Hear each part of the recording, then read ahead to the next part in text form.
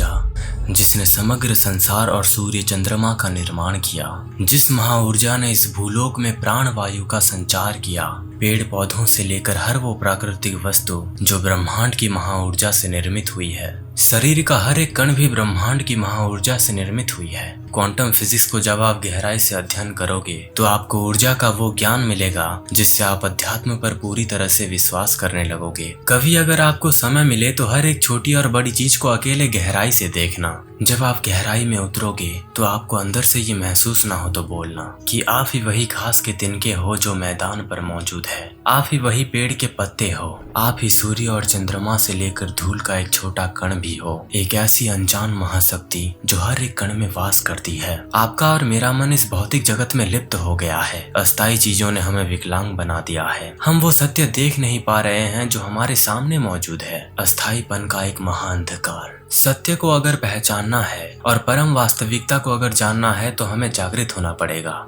योग मानव जाति को इस ब्रह्मांड का दिया हुआ वो वरदान है जो हमें उस अनजान शक्ति से मिलन करवाती है जिस शक्ति ने हमें और इस समग्र संसार को बनाया है। आखिर क्या है योग? योग का असल अर्थ होता है मिलन, उस महाशक्ति से एकाकार होना जिसे परमात्मा कहा जाता है। वो योग जो मानव तन और मन को सभी क्षेत्रों से पवित्र बनाकर रख देती है। आज से करीब 5000 साल पुरानी पतंजलि के योग सूत्र में हमें योग का एक महारूप देखने को मिलता है जिसे अष्टांग योग कहा जाता है। इस अष्टांग योग में हमें योग के 8 अंग देखने को मिलते हैं जिसका आखिरी अंग समाधि की अवस्था पर खत्म होती है।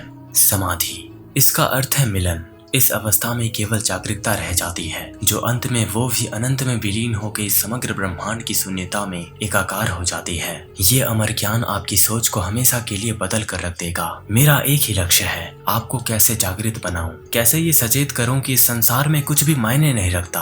आप इस संसार को जितना सीरियसली लेते हो ये संसार उतना जटिल है ही नहीं। बस एक बार आप मेरी बातों को गहराई से सोचना, आपके मन और आत्मा की गहराई में आपको अमर सत्य की ज्वाला जलती हुई दिखेगी।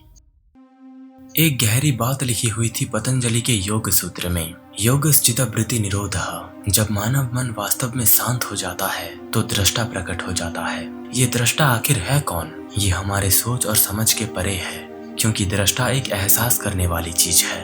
पतंजलि के योग सूत्र में योग की परिभाषा 8 अंगों के रूप में इस प्रकार दी गई है: यम, नियम, आसन, प्राणायाम, प्रत्याहार, धारणा, ध्यान और अंत में समाधि। हर एक पॉइंट को आप गहराई से समझना दोस्तों।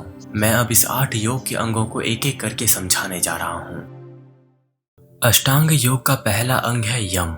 ये शब्द संस्कृत से आया है और इसका अर्थ है संयम या नियंत्रण, जिसे आप कंट्रोल कहते हो। योग सूत्र 2.30 में पतंजलि द्वारा दिए गए यम के 5 नियम हैं।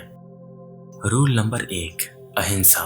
आप किसी भी जीवित प्राणी को नुकसान नहीं पहुंचा सकते। रूल नंबर 2, सत्य। सत्यव्रत का पालन कर केवल आपको सत्य बोलना है और उसका पालन करना है। रूल नंबर 3, अस्तेय, यानी कि किसी भी प्रकार की वस्तु या ज्ञान ही क्यों ना हो, आपको किसी भी चीज की चोरी नहीं करनी है। रूल नंबर 4, ब्रह्मचर्य, शुद्धता बनाए रखना और वैवाहिक निष्ठा और यौन संयम रखना। रूल नंबर 5, अपरिग्रह, अर्थात लालच नहीं करना। ये थे यम के 5 नियम जो कि अष्टांग योग का पहला स्टेप है। आपको इसमें अपने आप को बहुत डिसिप्लिन में रखना है। अगर आप यम के नियम को पालन करते हो तो ये आपके अस्तित्व को परम शुद्ध और आपके छवि को हमेशा के लिए बदल कर रख देगा। अष्टांग योग का अंग नंबर 2, नियम। इस अंग में अच्छी आदतों का पालन करने की बात कही गई है। इसमें भी 5 नियम हैं। नियम नंबर 1, शौच। इस नियम में आपको मन, वाणी और शरीर की पवित्रता और निर्मलता को बनाए रखना है। आपके मन के विचार, अपनी बोली पर नियंत्रण और शरीर की पवित्रता और निर्मलता, इन सभी चीजों को आपको पवित्र रखना है। नियम नंबर 2, संतोष। ये नियम बाहरी चीजों के पीछे भागने के बजाय वर्तमान क्षण में खुशी और संतुष्टि खोजने के बारे में है, जो चीज धीरे धीरे आपकी इच्छाओं का दमन कर देगी। नियम नंबर 3, तपस। तपस का तात्पर्य आत्म अनुशासन और विकास के लिए आवश्यक समर्पण है। इसमें चुनौतियों पर काबू पाने और अपने योग अभ्यास के साथ साथ अपने जीवन के अन्य पहलुओं को विकसित करने के प्रयास शामिल हैं, जिसमें बाहरी कर्म शामिल है। नियम नंबर 4, स्वाध्याय। इसका अर्थ है वेदों का अध्ययन करिए, अपने स्वयं के विषय में जानिए, अपने आत्मा के विषय में चिंतन करिए और आपकी बोली और करने वाले कामों का आत्मनिरीक्षण करिए। नियम नंबर 5, ईश्वर प्राणिधान अर्थात ईश्वर परमात्मा ब्रह्म या अपने परम वास्तविकता का चिंतन करना। यम के नियम की तरह पतंजलि बताते हैं कि कैसे और क्यों प्रत्येक नियम व्यक्तिगत विकास में मदद करता है।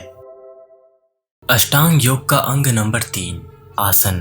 पतंजलि लिखते हैं स्थिर सुखमासनम अर्थात ध्यान मुद्रा स्थिर और आरामदायक होनी चाहिए। आसन एक ऐसी चीज है जिससे कोई भी व्यक्ति स्थिर, आरामदायक और गतिहीन रहकर कुछ समय तक धारण कर सकता है। कोई भी आसन जिससे दर्द या बेचैनी हो वो योगासन नहीं कहा जा सकता। सूत्रों से जुड़ी भाष्य टिप्पणी जिसे अब स्वयं पतंजलि द्वारा लिखा गया माना जाता है, वहाँ 12 बैठकर ध्यान मुद्राओं का आसन का सुझाव देती है। और फिर 1000 साल बाद हठ युग प्रदीपिका में भगवान शिव द्वारा सिखाए गए 84 आसनों का उल्लेख मिलता है, जिनमें से 4 को सबसे महत्वपूर्ण बताया गया है। और वो 4 आसन है सिद्धासन, पद्मासन, सिंहासन और भद्रासन। आधुनिक योग में योग के किसी भी पुराने रूप के विपरीत आसन प्रमुख और असंख्य हैं।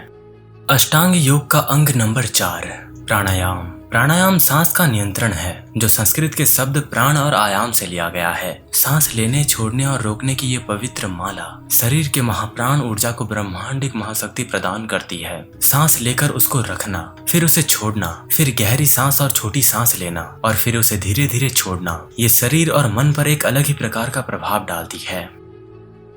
अष्टांग योग का अंग नंबर 5 प्रत्याहार। योग में प्रत्याहार का अर्थ है अपनी इंद्रियों को वापस लेना। कल्पना कीजिए कि ये बाहरी दुनिया की आवाज को कम करने जैसा है। अपने आप को जानने का सबसे महत्वपूर्ण चरण है ये, जो बाहरी वस्तुओं के प्रभाव को कम करने का नियम है। अष्टांग योग का अंग नंबर 6 धारणा। धारणा या आप इसे एकाग्रता भी कह सकते हो। एक तरीके से ये एकाग्रता है। धारणा योग के छठे अंग के रूप में किसी के मन को उसकी मन की एक विशेष आंतरिक स्थिति या फिर विषय पर रोकना है। मन को स्थिर करने का अर्थ है एक बिंदु पर ध्यान केंद्रित करना बिना मन को भटकाए और एक विषय से दूसरे विषय पर कूदे बिना। अष्टांग योग का अंग नंबर 7 ध्यान। ध्यान उस चीज पर चिंतन मनन करना है जिस पर धारणा ने ध्यान केंद्रित किया है। ध्यान का धारणा से अभिन्न संबंध है जो एक दूसरे की ओर ले जाता है। धारणा मन की एक अवस्था है और ध्यान मन की एक प्रक्रिया है। ध्यान के विषय में मैंने बहुत से वीडियोस बनाए हैं जो कि आप मेरे इंस्टाग्राम अकाउंट और मेरे यूट्यूब चैनल पर भी देख सकते हो। अष्टांग योग का अंग नंबर 8 समाधि। समाधि में किसी वस्तु पर ध्यान करते समय केवल जागरूकता की वस्तु मौजूद होती है और ये जागरूकता गायब हो जाती है जब कोई ध्यान कर रहा होता है। ये वो परम अवस्था है जहाँ कुछ ऐसा होता है जिसे शब्दें भी बयान नहीं कर सकती। वो अवस्था जहाँ परमात्मा का प्रकाश आपके अस्तित्व को अमरत्व के अधीन कर देता है। ये योग प्राचीन है, ये योग अनंत है, ये योग ब्रह्मांड है, ये योग संपूर्ण है, ये योग परेपन का एहसास है। उम्मीद करता हूँ कि आपने मेरी बात पूरी सुनी होगी और आपको कुछ नया सीखने को जरूर मिला होगा। आपको ये वीडियो कैसा लगा नीचे कमेंट जरूर करना। और अगर आप मेरी माया की 27 कहानियां वाली डिजिटल PDF बुक को पढ़ना चाहते हो तो उसके लिंक मैंने कमेंट बॉक्स में दे दिया है। तो मिलते हैं अगले वीडियो में एक नए टॉपिक के साथ। आपका मूल्यवान समय देने के लिए धन्यवाद।